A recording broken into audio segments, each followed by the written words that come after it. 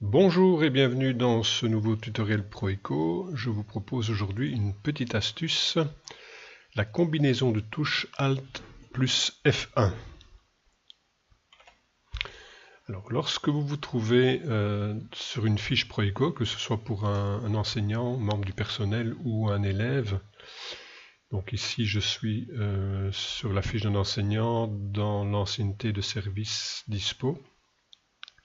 Si j'appuie donc sur la combinaison de touches Alt F1, j'ai une petite fenêtre qui s'ouvre avec différentes informations. Alors on va essayer de voir ça dans le détail. La première chose que vous retrouvez, c'est le numéro du thème. Donc ça c'est intéressant, ça vous est sans doute déjà arrivé lorsque vous créez des listes, que ce soit d'élèves ou d'enseignants, de devoir intégrer une donnée et de ne plus trop savoir dans quel thème elle se trouve. Plutôt que de chercher pendant 5 minutes après le bon thème, il suffit de venir dans la cellule, dans le champ de la donnée en question, d'appuyer sur la combinaison Alt F1 et vous avez automatiquement le numéro du thème dans lequel vous allez trouver l'information. La deuxième information qu'on retrouve ici, c'est le numéro de la commande, si on peut dire, qui intervient, elle, dans la création de documents avec l'éditeur de documents. Je vais vite vous montrer à quoi ça correspond. Donc voilà, dans l'éditeur de documents, si je veux intégrer la donnée d'ancienneté de service dispo, comme ceci, donc je vais dans ancienneté de service dispo, et je viens l'intégrer ici. Voilà.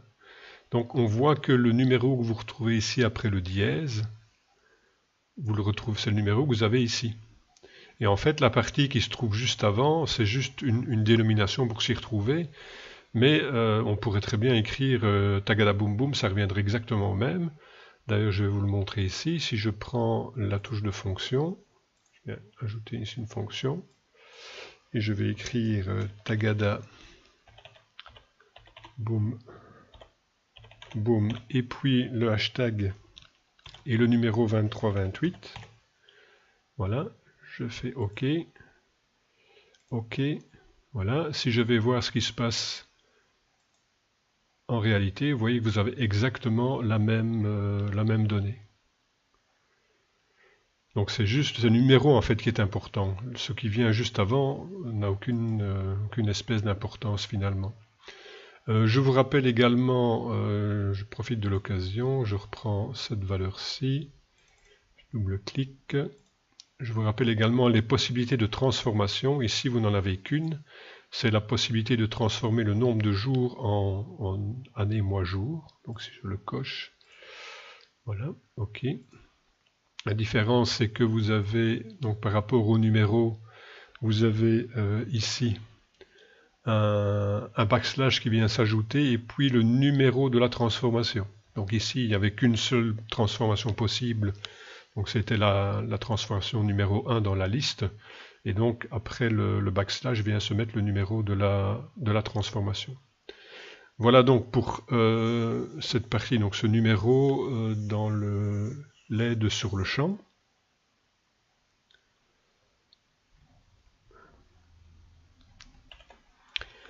Alors une autre chose qui peut être utile avec cette combinaison de touches, je suis ici sur une autre fenêtre. Si je viens par exemple ici dans ce champ, vous voyez que vous avez une infobulle qui vient s'afficher. Alors cette infobulle, vous pouvez le créer vous-même. Je vais vous le montrer ici pour le champ qui est juste au-dessus. Donc là, c'est un champ qui est utilisé pour l'édition du document de demande de DPPR, donc document qui lui a été créé avec l'éditeur de documents et que vous pouvez également retrouver en téléchargement sur la plateforme StudyShare by Tutogel. Donc vous avez ici les différents types de DPPR qui sont disponibles et je pourrais très bien venir ajouter un texte d'aide. Donc je tape Alt F1. Donc je retrouve la fenêtre de tout à l'heure. Vous voyez de nouveau ce que je vous disais tantôt, donc le numéro du thème. Ici sont les informations qui sont dans la rubrique réserve. Et donc je peux venir ajouter moi-même une information qui va me servir d'aide lorsque je serai dans ce champ-là. Alors vous voyez que vous pouvez soit faire en sorte que cette aide apparaisse pour tout le monde, tous les utilisateurs de Proico, ou uniquement vous-même, à condition évidemment d'avoir les permissions pour faire ce genre de distinction. Mais donc si on met l'information pour tout le monde, donc ici données utile pour générer le document de demande de DPPR. Voilà, je valide, boum. Et dès que je suis dans ce champ-là, vous voyez, donc j'ai l'information qui vient s'afficher. Donc parfois, si on a un peu oublié à quoi servait un champ, surtout quand on les crée soi-même, dans la zone de réserve, ça peut être utile d'avoir un petit rappel comme ça. Donc vous voyez que cette combinaison de touches Alt F1 vous donne quand même pas mal de renseignements. Le numéro de l'action qui est effectuée lorsque vous intégrez cette donnée dans un document avec l'éditeur. Le numéro du thème, c'est parfois très utile quand on crée des listes et qu'on ne sait plus trop bien dans quel thème se trouve l'information que l'on veut intégrer à la liste. Et puis encore, troisième possibilité, ajouter une aide personnalisée, soit pour tous les utilisateurs, soit pour soi uniquement. Voilà, petite astuce qui peut être utile. J'espère en tout cas qu'elle vous servira. Et je vous dis à bientôt dans un autre tutoriel. Ciao!